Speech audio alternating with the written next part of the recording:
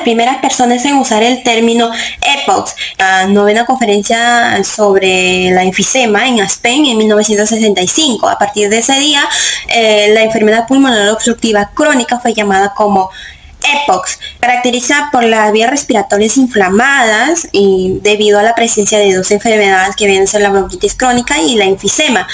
EPOC es una enfermedad progresiva que inicia con una inflamación bronquial y una parenquimatosa en forma muy temprana. Los pacientes están expuestos en forma crónica o sustancias o gases nocivos.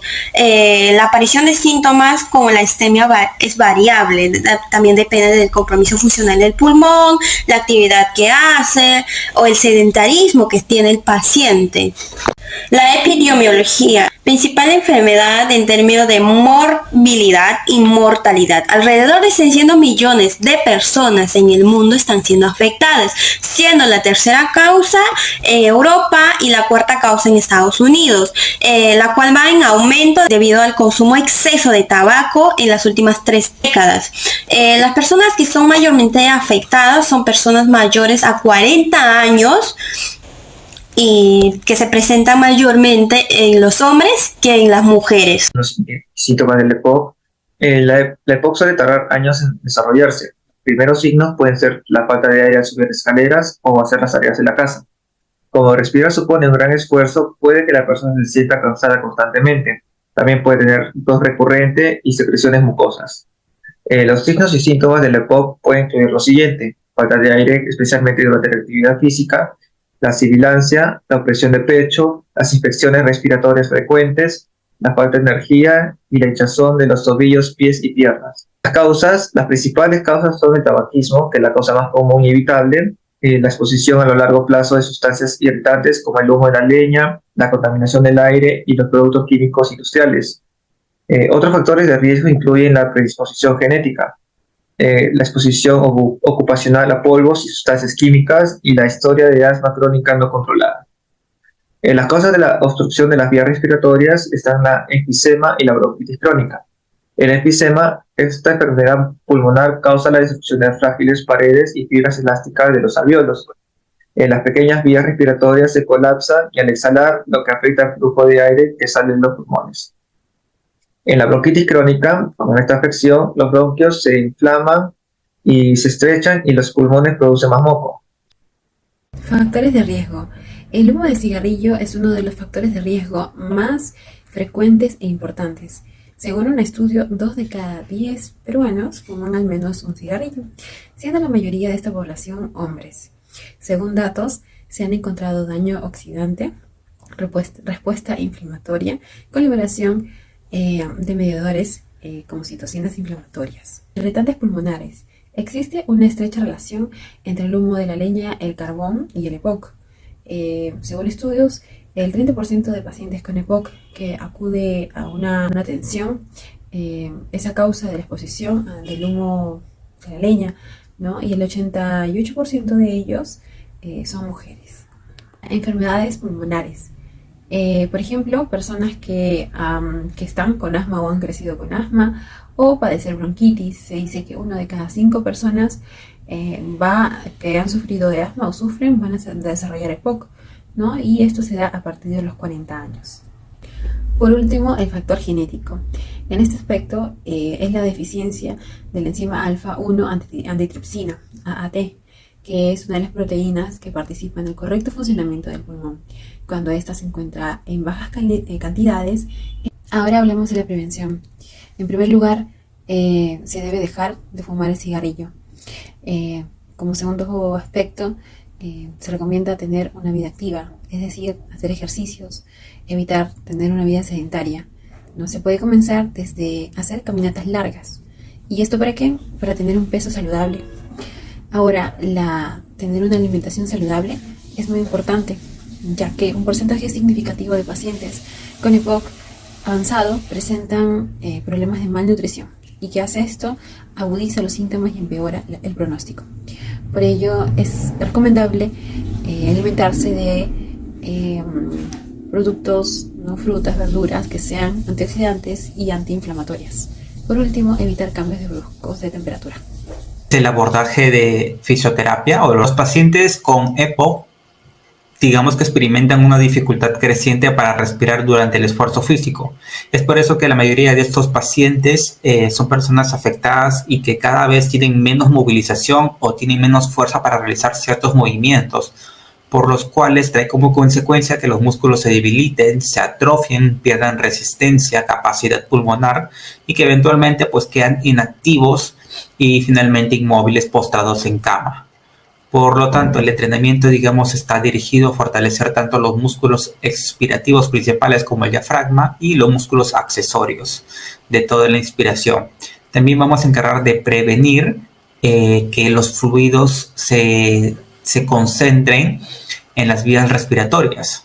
Todo esto lo vamos a hacer con ejercicios de respiración abdomino-diafragmáticas, movilizaciones torácicas, técnicas de labio fruncido, técnicas de relajación y control respiratorio, técnicas de tos provocadas y dirigidas justamente para expectorar estos fluidos, ejercicios de expansión torácica, porque recordemos que cada vez tu capacidad pulmonar está comprometida y va a ir disminuyendo. Bastante educación postural, ya que una vez que estén en cama o tengan poca movilización, pues las posturas son de vital importancia para su recuperación. Y el entrenamiento con ejercicios de manera dosificada y gradual, desde ejercicios aeróbicos hasta, si es necesario, recurrir a ejercicios anaeróbicos. La fisioterapia respiratoria, como habíamos explicado anteriormente, el músculo principal de la respiración es el diafragma. Continuamos con los accesorios, que son los intercostales externos, los escalenos, el esternocleidomastoideo, pectorales, extensores de la columna y serratos mayores. Es muy importante también educar al paciente para saber cómo darse un automasaje, o en este caso a la familiar más cercano y disponible, para dar el automasaje que se da en la parte final de las costillas, con la musculatura abdominal relajada, para poder introducir y hacer presión en nuestras manos en esta posición y poder hacer un masaje en esta forma, que es la misma continuación de los huesos torácicos finales, ¿no? De ahí tenemos un pequeño cuadro en el cual explicamos de manera muy general lo que es la capacidad pulmonar, ya que esto es de vital importancia en estos pacientes, porque recordamos que su capacidad pulmonar se encuentra comprometida.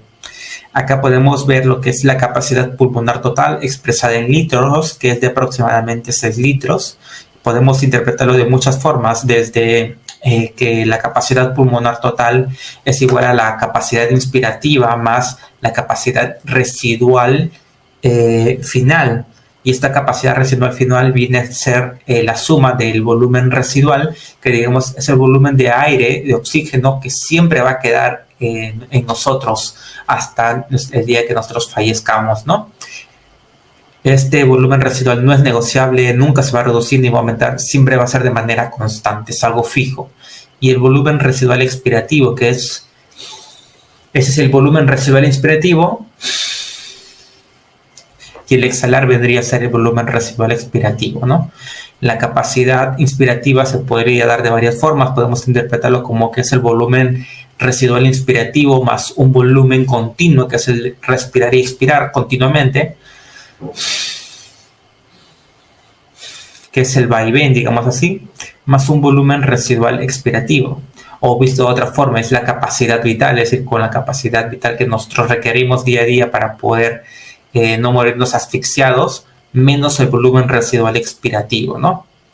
Este cuadro es muy interesante porque nos ayuda bastante a explicar lo que es la capacidad pulmonar, que es en lo que están comprometidos estos pacientes con EPOC. La rehabilitación respiratoria. Los pacientes con EPOC en la mayoría quedan limitados por una disnea, primero en sus actividades deportivas, laborales y posteriormente en las tareas los más simples cotidianas, incluso piden ayuda hasta su aseo y cuidados personales. La falta de actividad de la musculatura se debilita junto con el tratamiento sistémicos a que muchos pacientes están sometidos. En este sentido, los programas de rehabilitación respiratoria que han demostrado su utilidad en la mejoría de los síntomas y en la calidad de vida, así como en la reeducación del consumo de recursos médicos. En la actualidad se trabaja en programas que combinan la fisioterapia respiratoria clásica, técnicas de mejorar el aclaramiento mucociliar, de técnica de relajación y la técnica de la reeducación respiratoria, con el entrenamiento muscular, tanto en lo general como en los músculos respiratorios.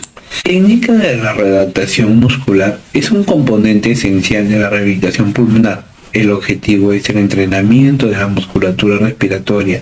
La readaptación de los entrenamientos de resistencia aeróbicos y entrenamiento de fuerza. Queda confirmado que el entrenamiento de los músculos ventiladores mejora la fuerza, la resistencia de los músculos respiratorios, y esto ofrece claras ventajas en los síntomas de los pacientes de EPOC. La implementación de un programa de rehabilitación se debe de una forma escalonada, en algunos casos de manera personalizada.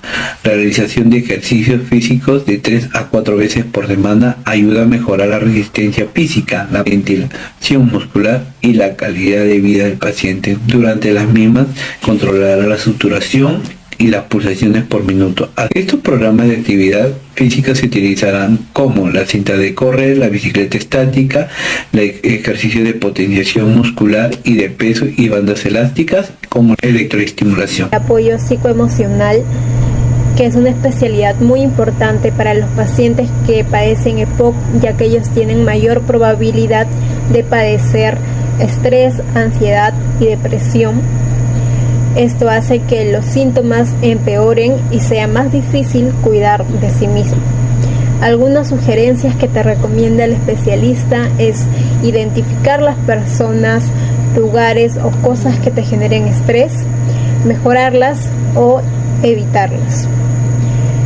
Otra es intentar evitar situaciones que te generen ansiedad, practicar ejercicios de relajación, no asumir demasiadas responsabilidades, involucrarse, pasar tiempo con tu familia, amigos, personas cercanas, y también expresar cómo te sientes. Continuando con el soporte nutricional, también es una especialidad muy importante que se debe evaluar a los pacientes que padecen EPOC, ya que ellos son predispuestos a sufrir desnutrición y también se dificulta la función de respirar. Por ello, estos pacientes deben tener un estado nutricional óptimo. En las valoraciones que le realiza el especialista al paciente son las medidas antropométricas y bioquímicas. En las antropométricas tenemos el índice de masa corporal, el peso corporal y talla, el peso corporal ideal, la estimación de masa magra y la estimación de masa grasa. En las medidas bioquímicas tenemos la albumina, la prealbumina y la transferrina. En las recomendaciones nutricionales tenemos que el paciente debe comer entre 5 a 6 porciones diarias y no solo 3, ya que eso hace que las comidas sean más ligeras y evite el cansancio después de ellas. Es fundamental comer despacio, masticar perfectamente las comidas. También no es aconsejable los alimentos que provocan reflujo, ni tampoco gases, como los chocolates, las verduras y las grasas. También es aconsejable que el paciente tome abundante agua, pero antes de las comidas o después de las comidas, porque eso produce sensación de hinchazón y hace que el paciente no quiera comer más. También se conviene limitar el consumo de bebidas con cafeína, porque eso puede alterar en algún medicamento que esté tomando el paciente y eso le provoque mayor nerviosismo. Los alimentos muy calientes o muy fríos pueden producir tos, por lo que dichos alimentos deben estar a una temperatura intermedia.